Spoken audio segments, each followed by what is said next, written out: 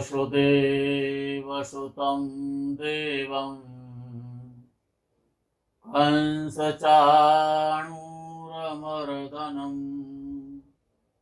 देवकी परमानन्दं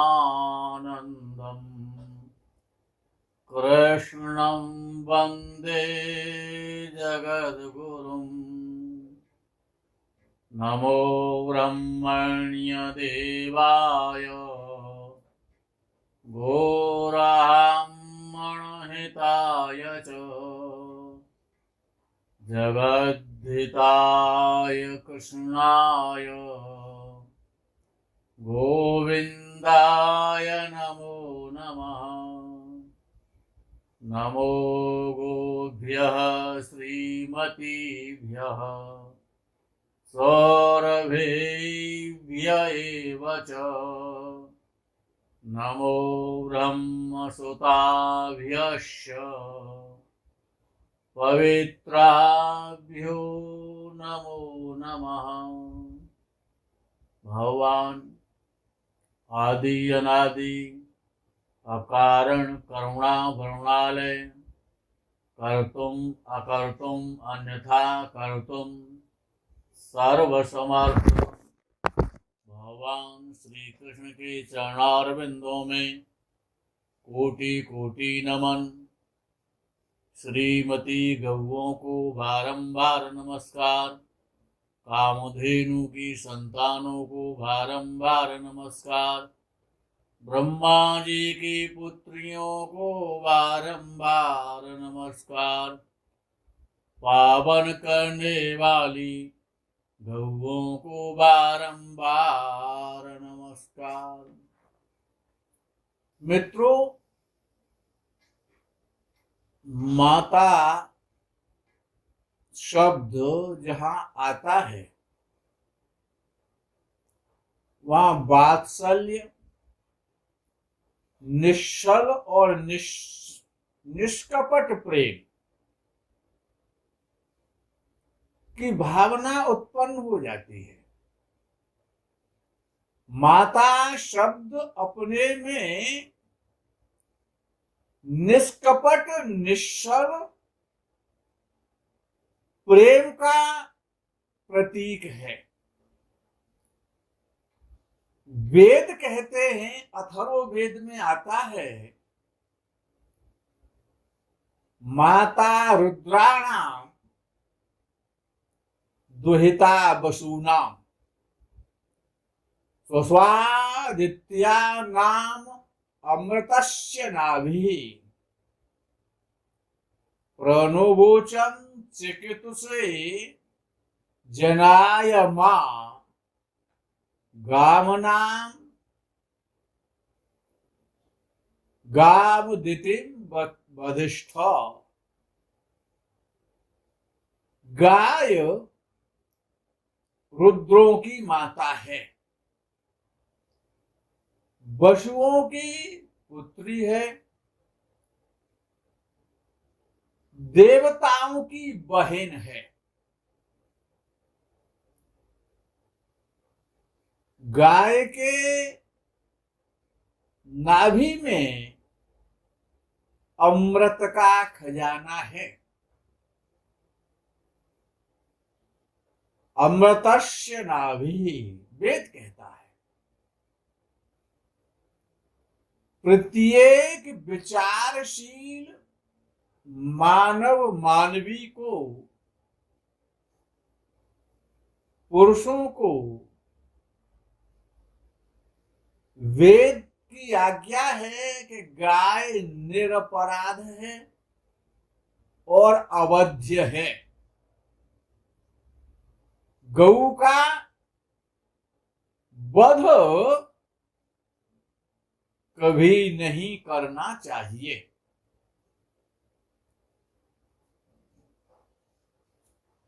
गाय को माता से संबोधित किया जाता है।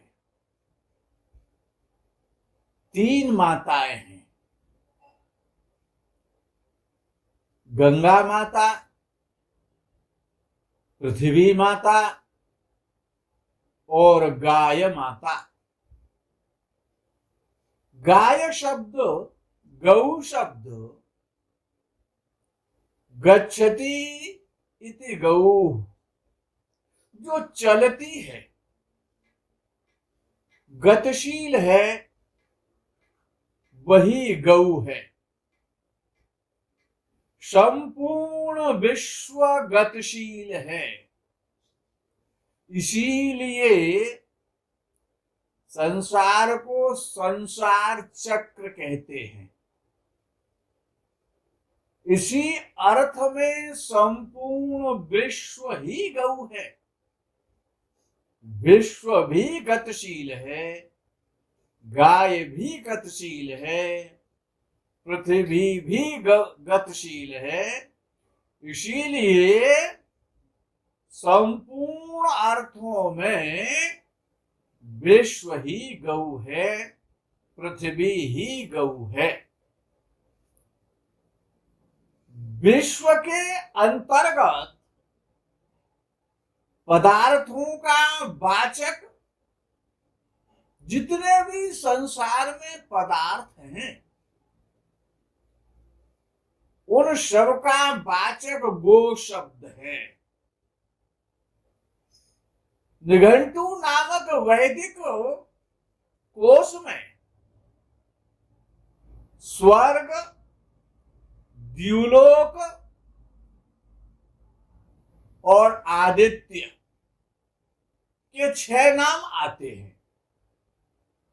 स्वः प्रश्निः नाकः गौः विष्टप नभः, ये 6 पद द्युलोक के तथा सूर्य के वाचक हैं। गौ का अर्थ ही स्वर्ग लोक है, द्युलोक है, सूर्यलोक है और आकाश लोक भी गौ शब्द से ही जाना जाता है। सूर्य की किरणें तथा अन्य सभी प्रकाशकों की किरणें भी गोपदवाच्य हैं। गौ का अर्थ प्रकाश भी है, प्रकाश की किरणें भी गोबोधक हैं। प्रकाश की किरणें संपूर्ण विश्व में व्याप्त हैं, इसलिए भी गौ संपूर्ण विश्व में व्याप्त है। इसी प्रकार नक्षत्रों का नाम भी गौ है। जो 27 नक्षत्र हैं, अश्विनी नक्षत्र से लेकर के और रेवती नक्षत्र पर्यंत, उन नक्षत्रों का नाम भी गोवाचक है, क्योंकि नक्षत्र भी गतिशील हैं और उनकी किरणें भी, उनका प्रकाश भी चारों ओर फैलता है। गो शब्द द्युलोक और उसके अंतर्गत संपूर्ण पदार्थों का वाचक है। अंतरिक्ष भी गोलोक का नाम ही अंतरिक्ष है। ऋग्वेद कहता है कि अंतरिक्ष गोलोक का नाम ही है। वेद कहता है, ऋग्वेद में कहा जाता है, सो गौरच्यते सुस्मनः सूर्य रश्मिश्चंद्रमा गंधर्वः। निरुक्त में आया है कि चंद्रमा का एक नाम गौ है। सर्वेपि रश्मयो गाव उच्यन्ते। सब प्रकार की किरणें गौ शब्द से बोधित होती हैं। चंद्रमा की किरणों को भी गो कहते हैं। बिजली भी गो शब्द से बोधित होती है। गो शब्द पृथ्वी का वाचक है। निरुक्त कहता है गौरिति पृथिव्या नामधेयम् यदस्यां भूतानि गच्छन्ति। पृथ्वी स्वयं गति युक्त है और सब प्राणी इस पर चलते हैं। प्राणी भी गतिशील हैं। इस कारण भूमाता को, भूमि को गो कहते हैं। जब भी पृथ्वी देवी पापों के भार को जब नहीं झेल पाती है, जब विष्णु लोक में जाकर के पृथ्वी देवी देवताओं के साथ में जब प्रार्थना करती हैं, तो वो गौ का रूप बना करके ही हमेशा जाती रही हैं। ये शास्त्र प्रमाण है। हीरा, रत्न, सुवर्ण आदि खनिज पदार्थों को भी गो शब्द से व्यवहार करते हैं। वाणी, शब्द, वाक्य, वक्तृत्व भी गो पद से बोधित होते हैं। इसी तरह भूमि से उत्पन्न होने के कारण धान्य, समस्त प्रकार के धान्य पदार्थ, अन्नादि पदार्थ, वृक्ष, वनस्पति आदि भी गो कहे जाते हैं। दिशा सूचक यंत्र भी इसी संबंध से गो कहा जाता है। अंग्रेजी में भी गो शब्द चलने में, जाने में प्रयुक्त होता है। जिस तरह गो से उत्पन्न दूध, दही, छाछ, मक्खन सभी पदार्थ गव्य कहलाते हैं, गो कहलाते हैं, गव्य पदार्थ कहलाते हैं। उसी तरह भूमि रूपी गौ से उत्पन्न सभी पदार्थ गोवाचक ही हैं, गौ ही कहलाते हैं। निघंटू में आता है कवि, स्तोता, गायक भूमि से उत्पन्न होने के कारण सोम, ऋषभ, औषधि, रोहिणी, चंडिका ये वनस्पतियों के नाम हैं। ये सभी वनस्पतियां भी गो नाम से पुकारी गई हैं। गोपीठ का अर्थ सोम रस पान है। ऋग्वेद में आता है गो शब्द से महापद्म संख्या का भी बोध होता है।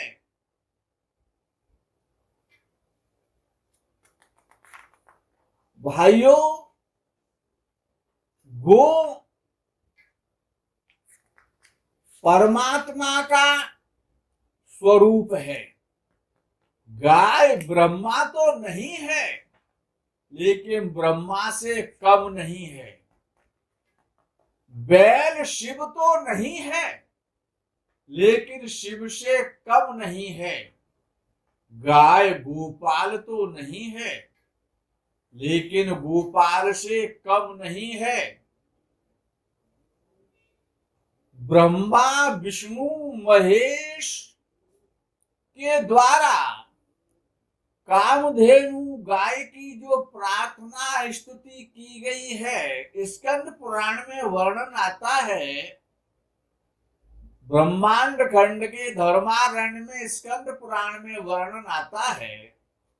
त्वं माता सर्वदेवानां त्वं च यज्ञस्य कारणम्।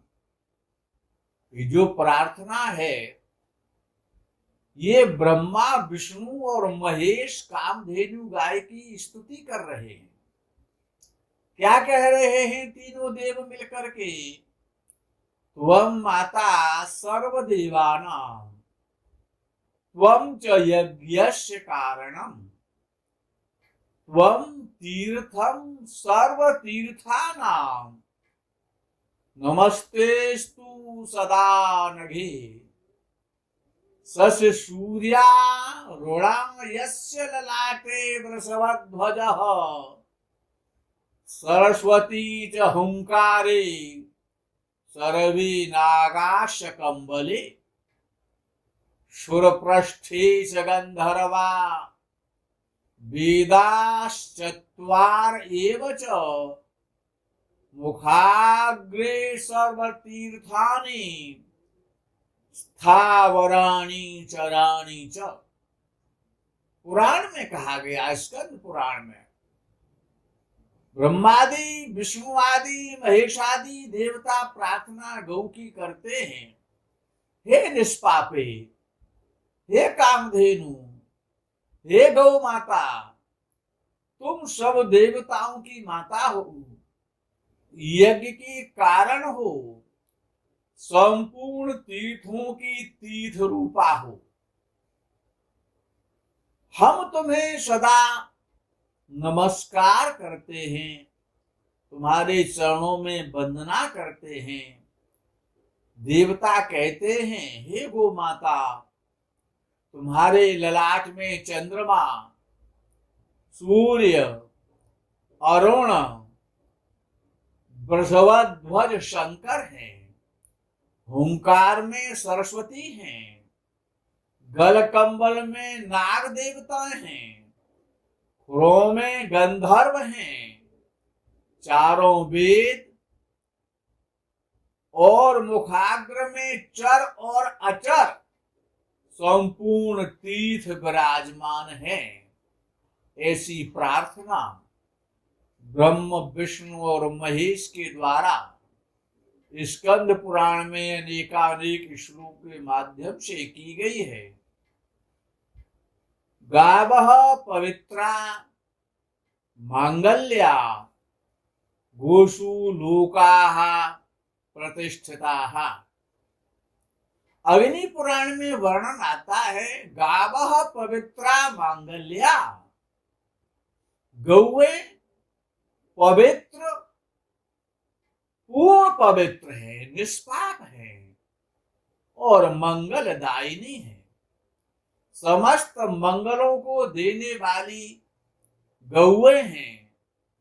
समस्त लोक गौओं में ही प्रतिष्ठित है। गायों का गोबर और गोमूत्र परम श्रेष्ठ है। गाय के गोबर, गाय के गोमूत्र से अलक्ष्मी अर्थात दरिद्रता का नाश होता है। गौओं के सींगों से स्पर्श किया हुआ जल सारे पापों का नाश करता है। गोबर, गोमूत्र, गोदुग्ध, गोदधि, गोघृत और गोरोचन, ये षडांग पान श्रेष्ठ है। इसका सदैव पान करना चाहिए। स्वप्न आदि दोषों का नाश करने वाला है ये गव्य पदार्थ। गोरोचन राक्षसों, शत्रुओं और विष का नाश करने वाला है। गऊ को ग्रास देने से, गाय को घास खिलाने से, गाय को हरा चारा खिलाने से मनुष्य स्वर्ग लोक में जाता है। जिसके घर में गायें दुखी रहती हैं वह मनुष्य कल्प कल्पांतर नरकों में जाता है, नरक वास करता है। यदग्रहे दुखिता गावः स याति नरकम नरकम नरः। जो मनुष्य दूसरे की गायों को, आवारा चलती फिरती गायों को, अनाथ गायों को जो गोग्रास देता है, उनका पोषण करने में सहायता करता है, वह स्वर्ग को प्राप्त होता है।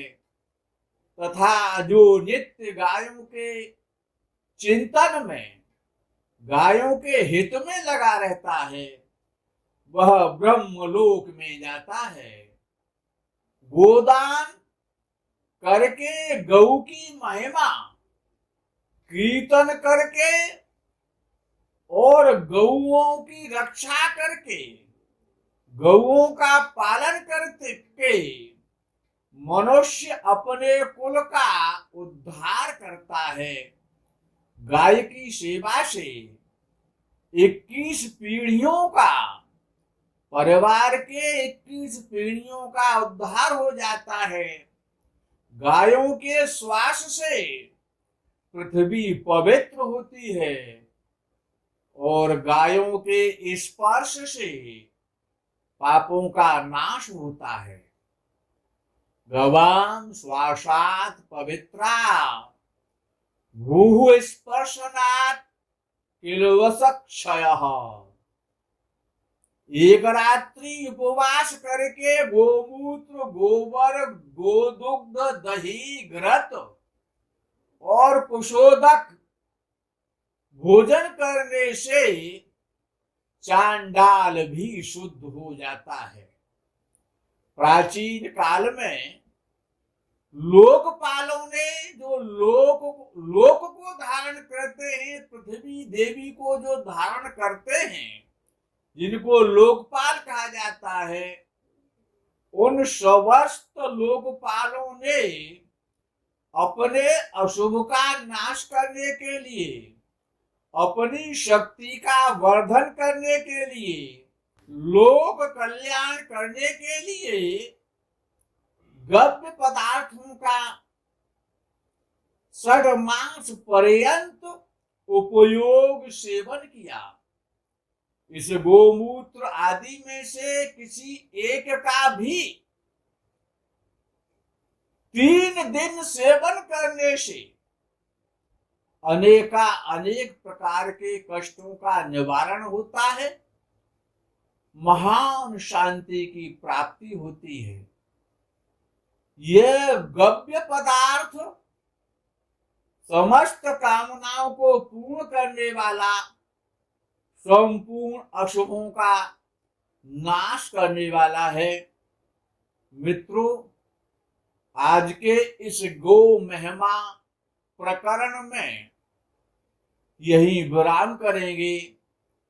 जय गो माता, जय गोपाल, गौ माता की जय हो।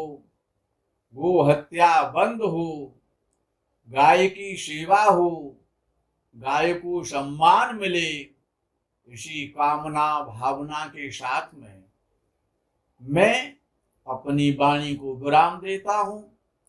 जय गो माता, जय गोपाल।